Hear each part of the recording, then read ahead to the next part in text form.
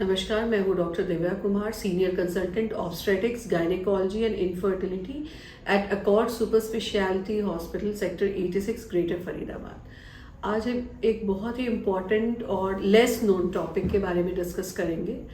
वो that is like ovarian reserve. और इसके बारे में क्यों डिस्कस करेंगे, पहले मैं थोड़ा ओवरव्यू देना चाहूँगी। जैसे कि हम सबको पता है, इनफर्टिलिटी के केसेस बढ़ रहे हैं पहले से, और इसमें भी जो फीमेल इनफर्टिलिटी है उसमें कई बार हम जानकारी के अभाव में हम अपना टाइम बहुत वेस्ट करते हैं। तो मैं थोड़ा, क्योंकि फीमेल जो एक फीमेल के जो रिजर्व होते हैं, एग के रिजर्व होते हैं, वो लिमिटेड होते हैं। तो इसके बारे में मैं थोड़ा जानकारी देना चाहूँगी कि क्यों एज फैक्टर बहुत इम्पॉर्टेंट होता है जब हम इनफर्टिलिटी को डील विथ करते हैं। उसमें भी फीमेल का एज एक बहुत बड़ा डिसाइडर फैक्टर होता है, और हमारे प्रोग्नोसिस को भी वो बहुत ज़्यादा इफेक्ट करता है। मतलब कि अगर हम कोई भी ट्रीटमेंट कर रहे हैं और फीमेल यंग है तो उसके रिजल्ट हमेशा बेटर होने के चांसेस होते हैं। तो ऐसा क्यों होता है?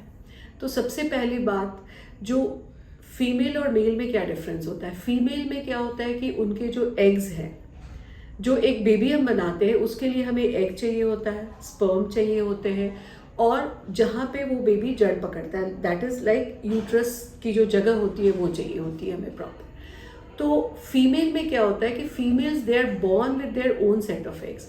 मतलब जब आपका एक लड़की का जन्म होता है तो उसके पास एक फिक्स्ड अमाउंट ऑफ एग्स होते हैं, और उसमें से भी कुछ एक एग मतलब लाखों में होते हैं, और जो एग्स फर्टिलाइजेबल होते हैं, मतलब इतने ताकतवर होते हैं कि बाद में वो प्रेगनेंसी को दे सके, उनका नंबर फाइनली हंड्रेड्स में हो जाता है। तो ये एक डिफरेंस होता है। मेल्स में ऐसा नहीं होता। मेल्स में क्या होता है कि उनके स्पर्म्स बनते हैं और उनके स्पर्म्स निकलते हैं, तो उनमें बनने की प्रक्रिया होती है। फीमेल्स में एग्स बनने की प्रक्रिया होती ही नहीं है। आपके पास एक फिक्स्ड डिपॉजिट होता है। जब पीरियड स्टार्ट होते हैं तो हर फीमेल के एग रिलीज होने शुरू हो जाते हैं, और एक अच्छा अंडा बनने के लिए 8-10 एग्स वेस्ट हो जाते हैं। मतलब रिक्रूट कई सारे होते हैं, और हर साइकिल में एक, कभी कभी रेयर केसेस में 2 भी होता है जो वो फर्टिलाइजेबल होता है। तो ये बात हमारे लिए समझना बहुत ज़रूरी है कि जो ओवेरियन रिजर्व होता है वो बहुत इम्पॉर्टेंट होता है। अब ओवेरियन रिजर्व किन किन चीज़ों पे डिपेंड करता है? जो सबसे इम्पॉर्टेंट चीज़ है वो फीमेल के एज पे डिपेंड करता है। जब आपकी एज कम होती है, इन द सेंस कि mid-20s, that is the peak, that is the time जब आपकी फर्टिलिटी पीक पे होती है, क्योंकि उस समय आपके नंबर ऑफ एग्स भी mostly in most of the females जिनमें कुछ एक प्रॉब्लम है, जैसे एंडोमेट्रियोसिस हो गई, या कुछ ट्यूबरकुलोसिस हो गया, या कुछ रेडिएशन की हिस्ट्री है, कैंसर, उनकी बात नहीं कर रही मैं। एक नॉर्मल फीमेल की बात कर रही हूँ। उनकी पीक फर्टिलिटी mid-20s में होती है, और तब आपका जो ओवेरियन रिजर्व होता है वो इतना अच्छा होता है कि आप मतलब प्रेगनेंसी को अचीव कर सको। तो अब ये फर्टिलिटी जो ओवेरियन रिजर्व के किस किस तरीके से हम पता कर सकते हैं। एक तो आपकी एज, दूसरा कुछ हार्मोनल टेस्ट होते हैं, और तीसरा हम एक अल्ट्रासाउंड भी करते हैं, ट्रांसवेजाइनल अल्ट्रासाउंड। तो इन तीनों पैरामीटर्स को हम कोरिलेट करके देखते हैं, और तब हमें एक अंदाज़ा मिल जाता है कि ओवेरियन रिजर्व आपका कितना है। तो एज की बात तो मैंने आपको बता दी। Then the second comes hormonal test.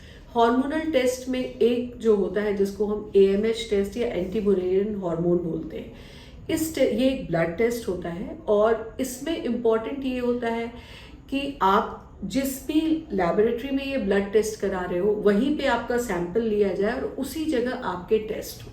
अगर ये सैंपल आपका काफ़ी टाइम तक बाहर रह गया तो फिर इसके जो रिजल्ट है वो वैरी कर सकते हैं, और वो फिर एक गलत इम्प्रेशन दे सकते हैं।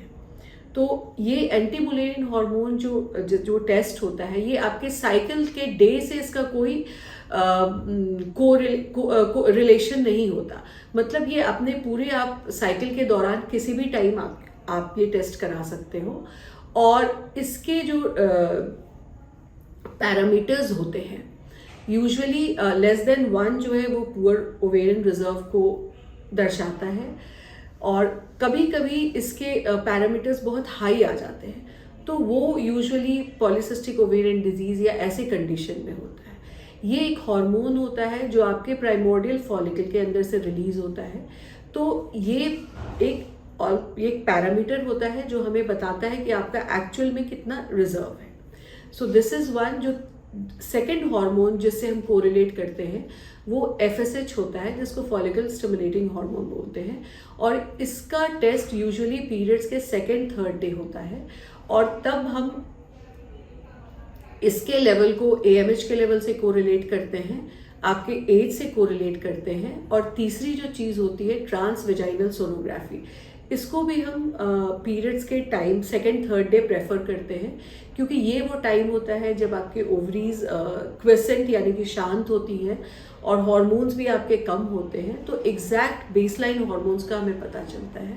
ये ट्रांस वेजाइनल टेस्ट के दौरान हम एंट्रल फॉलिकल काउंट करते हैं, मतलब उस एक साइकिल में कितने एग्स रिक्रूट हुए दोनों ओवरीज से, उसको काउंट करते हैं। और रफली अगर हमें 5-5 दोनों साइड दिखते हैं तो वो एक नॉर्मल पैरामीटर है। अगर उससे कम होते हैं तो अगेन ये पुअर ओवेरियन रिजर्व को डिनोट करता है, दिखाता है।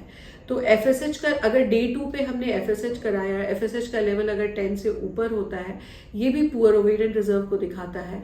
एंटी मुलेरियन हार्मोन अगर लेस देन 1 होगा, ये भी पुअर ओवेरियन रिजर्व को दिखाता है। और यंग पेशेंट्स में इवन 1 लेस देन 2 भी कभी कभी हम उसको लो मानते हैं। तो अगेन इन सब का एज से बहुत गहरा कोरिलेशन होता है। तो ये सारी चीज़ें इसलिए ज़रूरी होती है बिकॉज अगर आपकी प्रेगनेंसी नहीं हो रही है तो हम out of all the modalities जो हमारे पास है, इनके बेसिस पे हम डिसाइड करते हैं हमें कौन सा ट्रीटमेंट चूज़ करना है। कभी कभी यंग पेशेंट होते हैं और उनके ओवेरियन रिजर्व बहुत लिमिटेड हमें दिखते हैं, तो हमें सीधा IVF की तरफ जाना पड़ता है। अगर थोड़े से एज आपके 30s में भी हो आपके, लेकिन ओवेरियन रिजर्व हमें अलाउ करते हैं, तो हम सिंपलर तरीकों से पहले प्रेगनेंसी अचीव करने की कोशिश करते हैं, जैसे IUI हो गया या ओवुलेशन इंडक्शन हो गया। बट डेफिनेटली जहाँ पे ओवेरियन रिजर्व कम होता है वहाँ पे हम उस जो सबसे एडवांस मोडालिटी है, जिसको इन विट्रो फर्टिलाइजेशन या टेस्ट ट्यूब बेबी के नाम से आप जानते हो, उसकी तरफ आपको जाना चाहिए। तो अगेन यहाँ पे थोड़ा सा मिथ है, अगर यंग पेशेंट है, ओवेरियन रिजर्व उनका लो है और उनको अगर डॉक्टर ने एडवाइस कर दिया कि सीधा IVF, तो कई बार वो घबरा जाते हैं। बट नहीं, क्योंकि हमारे पास एग की संख्या कम है तो हम हमेशा उस मोडालिटी की तरफ जाएंगे जो हमें ज़्यादा चांसेस देता है प्रेगनेंसी अचीव करने के लिए इन 1 साइकिल और 1 अटेम्प्ट। और ये मैक्सिमम चांस हमें सबसे एडवांस तरीके जो होते हैं IVF या ICSI के जरिए मिलता है। तो ये टू सम अप मैं बताना चाहूँगी कि ओवेरियन रिजर्व एक बहुत इंपॉर्टेंट पैरामीटर होता है, चाहे एज आपकी जो भी हो। अगर आपकी एज कम है तो वी एक्सपेक्ट कि आपका रिजर्व अच्छा होगा। रिजर्व जानने के जो पैरामीटर्स होते हैं वो हार्मोनल टेस्ट होते हैं, जिसमें एंटी मुलेरियन हार्मोन का टेस्ट होता है जो साइकिल से रिलेटेड नहीं होता है। दूसरा जो टेस्ट होता है वो FSH का टेस्ट होता है, जिसको डे 2 डे 3 पे करते हैं यूजुअली हम अर्ली फॉलिकुलर फेज में। और तीसरा जो ट्रांस वेजाइनल अल्ट्रासाउंड के जरिए हम एंट्रल फॉलिकल काउंट करते हैं। तो इन सब के द्वारा हम ओवेरियन रिजर्व का पता कर सकते हैं और उसके बाद हम आगे का ट्रीटमेंट प्लान कर सकते हैं। That's it for today. Thank you.